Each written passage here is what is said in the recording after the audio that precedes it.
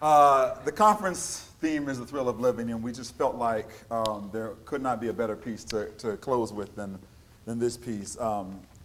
The piece originated at the TED-Med conference that we just finished, where the task was that at the previous TED-Med conference in '09, Richard, one of the founders of TED-Med, had one of Obama's cabinet members up who was working on the healthcare reform. And he couldn't talk much about it at that point because it was all sort of hush-hush. But one of the things that came up was how little we know about healthcare in other parts of the world. And it's that concept of, like, if we want to create the best healthcare system in the world, how do we do that if we don't know, if we haven't studied the rest of the world? And we have no idea, what it's like to have heart disease in India, or what it's like to be at the end of life in China or something. And so Richard came up with the idea of 5 by 5 by 5, which was exploring 5 different health care problems: heart disease, birth, end of life, trauma, and diabetes. 5 countries. 5 countries: Japan, Norway, India, Great Britain, right? Great Britain, UK, and America. And 5 income levels. And as you would imagine, that in itself is just exponential, and it's its own conference. Right. So quickly, it was pared down. Let's pare it back. Right, and so we sort of looked at it like, okay, let's do one healthcare concern in 5 countries, and that healthcare concern was end of life. And in those 5 countries. Quality of life, yeah. Quality of life and end of life. And so, 5 minutes? Say it again? No. No, not 5 minutes at all.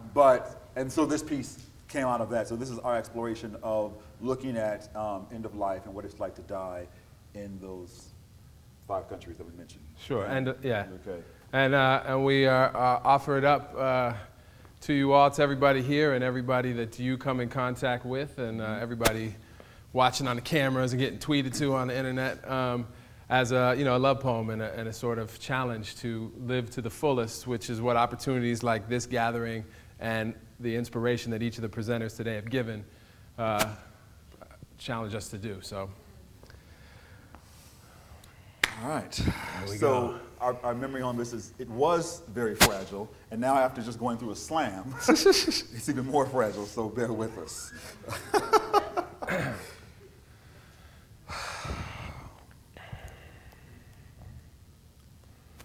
Was it the last time you noticed the laugh line and thought to yourself with a gasp, I'm old? Was it laying there, aware of your rapidly graying hair, praying the remaining hair on your head ends up staying there? Or perhaps, if not then, it was when you buried a partner, a parent, a child, a friend, and thought it could have been. If not now, when? How will I spend the time left between now and the end? Were these the thoughts spit to the beat of the clock's tick? Standing at a grave, peering in, it's clear when life ends. When does death begin? And there are those who would tell us that life itself is a slow death. That from the moment we're born, we're on the clock. Tick tock, tick tock, tick tock. Now, as time passes, right, the clock ticking begins to fade into the background of our ambient noise, only to be launched back into the foreground by certain life cues, like, I'm pregnant, tick tock. We're gonna have to let you go. Tick tock. I'll just be gone 3 months, sweetheart. Tick tock. You're dying. And there is nothing we can do. Tick. So, we may as well do all we can to be as well as we can. To ensure our quality of life is increased beyond broken hips and diabetes. Beyond the mere treatment of trauma and heart disease. And that is the definition of healthcare. Our quest to get the best from each bit of each breath of each tick until death. And all death really is the culmination to a life well lived. It is what we spend our life living up to. And if it is to live up to our life, then the phrase quality of death, which currently refers to the time spent between almost dead and dead, is no more. Because the phrase quality of life already refers to the entire reveling between barely born and finally done. Birth and death, they take care of themselves. It's the time in between we must tend to. See, we tend to think of escape as the best medicine for what ails us. Oh, I need to get away. I just got to get out of the city. You know where I'd love to go? We spend our nights awake dreaming about the island or the cabin or the place we really want to live and forget to ask the real question. Where do you want to die? Which, that's easy, right? Because the best ranked palliative care in the world is in the UK. Oh, hey, London's in the UK. That's the museums, there's pubs, there's shopping, there's tea time. But you know what? Medical tourists who are seeking quality yet affordable care sometimes hop over to India. Hey, India, that's fun too. That's got Bollywood, Kama Sutra, a little bit of the old. Yeah, but you know what? They rank last in end of life care. Easy. They rank last in end of life care, right? And I do value the traditional approach, the holistic approach to many Asian cultures. Yeah, So Japan.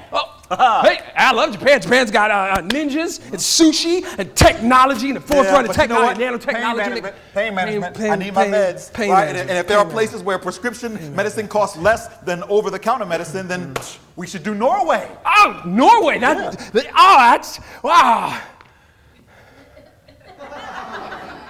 Norwegian stuff. Yes. Huh? Yes. That's great. Yes, right. Stuff we do in Norway. Norway. You know what? Like, seriously, if money's no object, we might as well stay here, right? In the land of the free, with liberty and health care for all. Hey. Who can't afford it? See, that's the thing.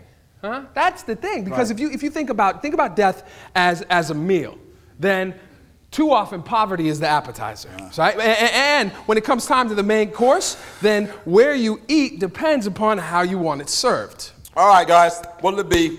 Japan, you're up first. What kind of death can I get you today? I'll have a good death. A good death. All right. Would you like that gammon style? Hey. Excellent. That's a good death with no complaining about the discomfort and no crying to dishonor your family from the pain. Good. Got it. Europe. What can I get you to today? What kind of death can I get you to today? How is your dignified death? Do you have that? Oh, it's very posh. Oh, yeah? And it comes with extra morphine drips. Oh, yeah. Excellent. All right, great. I will have one of those. Okay. And I'm allergic, so I want to make sure no whining, no wailing, no pissing yourself, no incontinence, none of that. No. Got it. Perfect. India. What kind of death is it going to be? I will have a humane death. Oh, come on, India. We go through this every time. Look, you are on a painkiller-free diet, okay? It's illegal for you to have anything stronger than a tramadol. Fine. Forget you. You know what? I've got my controlled breathing. I've got 4 hours of daily meditation. I've got my 900 yoga asanas. So you know what? I will make my own humane death. You know what? Thank Whatever. you very much. India. Okay, look. America. What kind of death is it going to be for you? Yeah, no. Yeah. America. No, yeah, no. America. You know what kind of death you're having? Oh, no, I'm good. Thank you. Yeah. America. No, it's just guy talking. America, what kind of death will you be having today? No, death? No, I don't want that. I'll talk of death, lose my appetite. I'm good. I'm on the phone, though, okay? Thank you. Look, America, okay, we have gone through this before. This restaurant is unique, okay? You may be blessed with a long wait, but you are guaranteed a seat. Now, it doesn't matter if you are rich or poor because the meal is our treat. We are serving death, and everybody eats. Okay, and if that's the case, well, I don't know exactly what I want, but if you ask me, how do I want to go? Oh, my answer is always the same. Living to the full extent of the clock. Tick-tock. I want it all. I'm talking about board games with the family. Right. I'm making love in front of the fireplace. Okay. I'm talking wine, weed, rock band, okay, right? How about the book Understanding Health, bookmarked and waiting by the bedside table? We got Dexter on cable, Dr. Oz on DVR. Oh, a hot bath. Home cooked meal. Oh, Taco Bell and Pinkberry. The good night kiss. See, between sunset and sunrise, there is whatever gets you through. Yeah. But before the long kiss goodnight, here is what all of us do. Come on. Serve me up. What we drinking? Drink our witch's brew, cold filtered, beneath a full moon light. We gather all of our friends together around a cauldron of wine. And tequila. And lattes for the raising of glasses. The blowing out of candles. The casting of spells. Many more to good life. This time it won't come back. Don't tell or it won't come true. It's only going to hurt for a minute. all better. It's God's will. I'm better now. Thy will be done. For better or worse. Ashes to ashes. As long as we both shall live. And dust to dust. Live now. On earth. Or forever hold your peace. As it is in heaven. We commit this body unto the ground till death do us part. Amen. And though the amens are different all over the world, the meaning is the same. We, all of us, commune with death. And death knows us all by name. The homeless and the billionaires all breathe the same air. The rain falls indiscriminately down. We all have our rituals. I shave my head and face as smooth as the Buddha himself. My wife extends her henna-adorned palms, offering up pinda rice balls for the spirit of my friend rising up to Brahman with each flame above the pyre against this beautiful night in Mumbai. I am standing in a Tokyo funeral parlor between my mother and her sister, joining for the first time this army of graceful hands that extend from the cuffs of black kimonos. We wield chopsticks tirelessly, picking the bits of bone from Uncle's ash as I ponder the first lines of my first jisei, hoping to write a death poem that will bring great honor to my favorite uncle. So far, all I've got is the moon. I walk into this hospital room in Norway just after my father's morse has been declared. There's an ivory-clad nurse cleaning his nails, my father's nails. My mother joins us, biting down softly to still her trembling lip, runs a wet rag across my father's still warm chest. My scarlet-eyed baby brother is polishing my dad's favorite black shoes, fighting back his anger that my father is the exception in a country where so few die of diabetes. I steam iron his wool suit, the one he asked to be buried in, at least 17 times. Yes, Dad. I hear you. I am listening intently to the last tune sung by my Nana. I lean down to kiss her forehead and smell fresh baby powder. The hospice nurses in the hallway share laughter-filled stories of their time with her, and I am comforted that she has been cared for by name. The sun shines best here in London, she tells me, when I ask if there's anything else that I can do for her, and she insists that she needs nothing now but to let me sit by her bedside and gently brush the music in her hair, listening to the final enchanting crackles of a record that has just finished playing the most amazing life. She is the exception, dying on her own terms. She is the lesson so few of us learn here.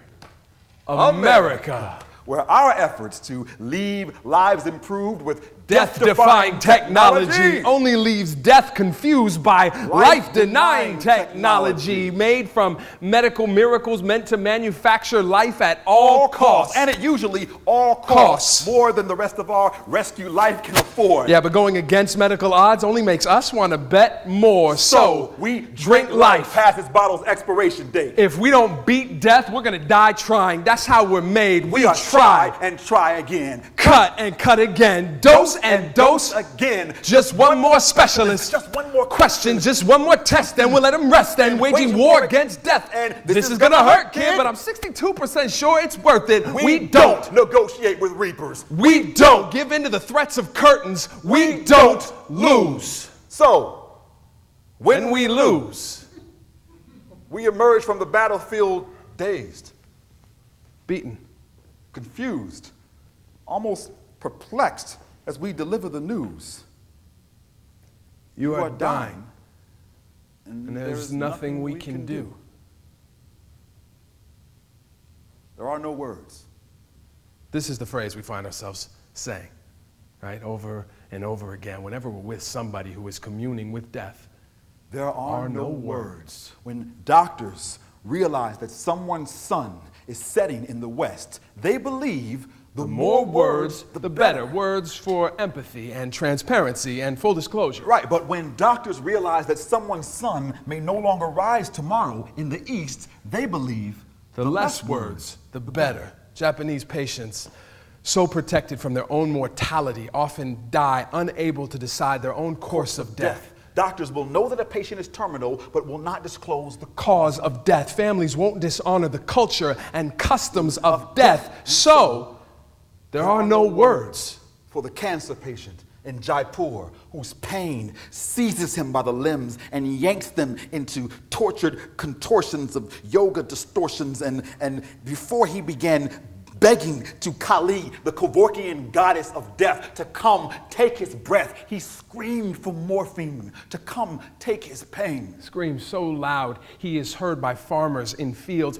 mere miles away, where 50% of the world's opium used for painkillers is harvested, then shipped overseas. While 99.4% of India's own population is left to die in clenched fists, praying for anything but more of this life.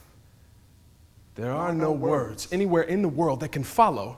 You are dying and there is nothing we can do. You cannot hear that news and not rage, smash curses against walls and cry. Fortress yourself in bed, cocoon from all light, and just wish to die. But then, life comes to call. Tick-tock. Pulls back the drapes. Tick-tock. And on the back of your tongue, Tick-tock. you find yourself with the familiar taste of life. Talk. The smell of fresh baked cookies. When the snow is falling outside. but it's warm inside. And there's Music. Tick-tock. Laughing. Tick-tock. The sun is beating down. The cold spray of the Pacific on your face. She kisses your neck.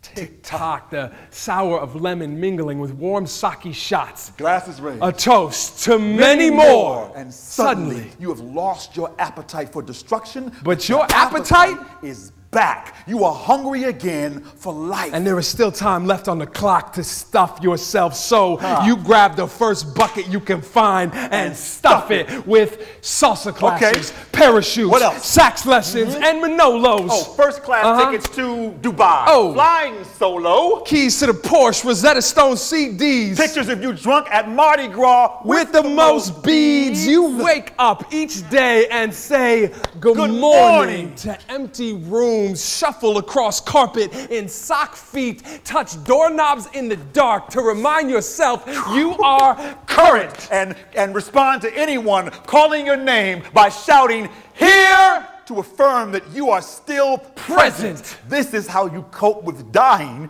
You live. So ladies and gentlemen, if you're still fighting it, if you're still confused, please let me be the first to deliver the news. What the doctor should have told you in the delivery room so many moons ago, you are dying and there is nothing we can do. So welcome to your end of life care. Formerly known as your quality of death care. Currently known as your quality of life care. Also known as health care. We suggest you rush home now and tend to your affairs. Go, pick out a coffin and bury your unhealthy behaviors in it. Purchase an urn to hold the cremated remains of your procrastination. Then throw yourself one lifetime of a party with less weeping, more wine, less grieving, more grooving. And as the eulogy is read, right, remember that you are in the process of crafting the true stories. An actual event upon which this eulogy is based. So sit there in that front row with a notepad and red pen,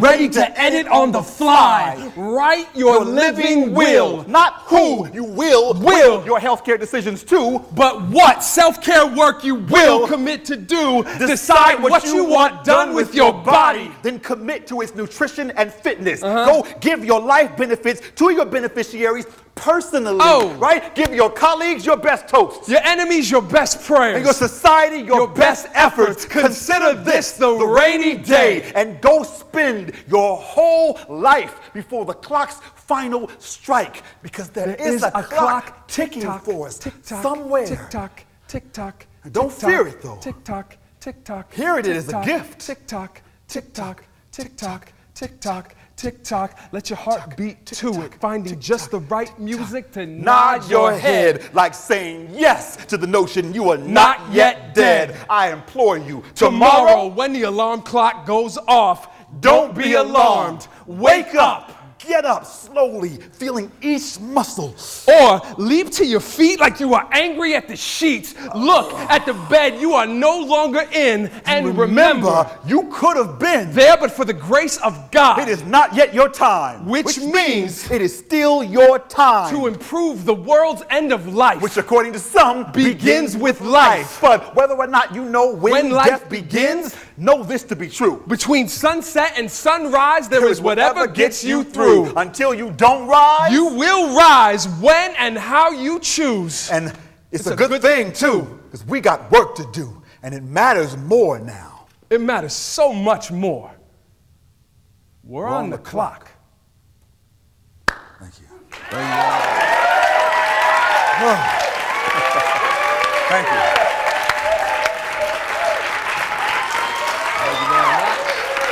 Thank you very much. There you go.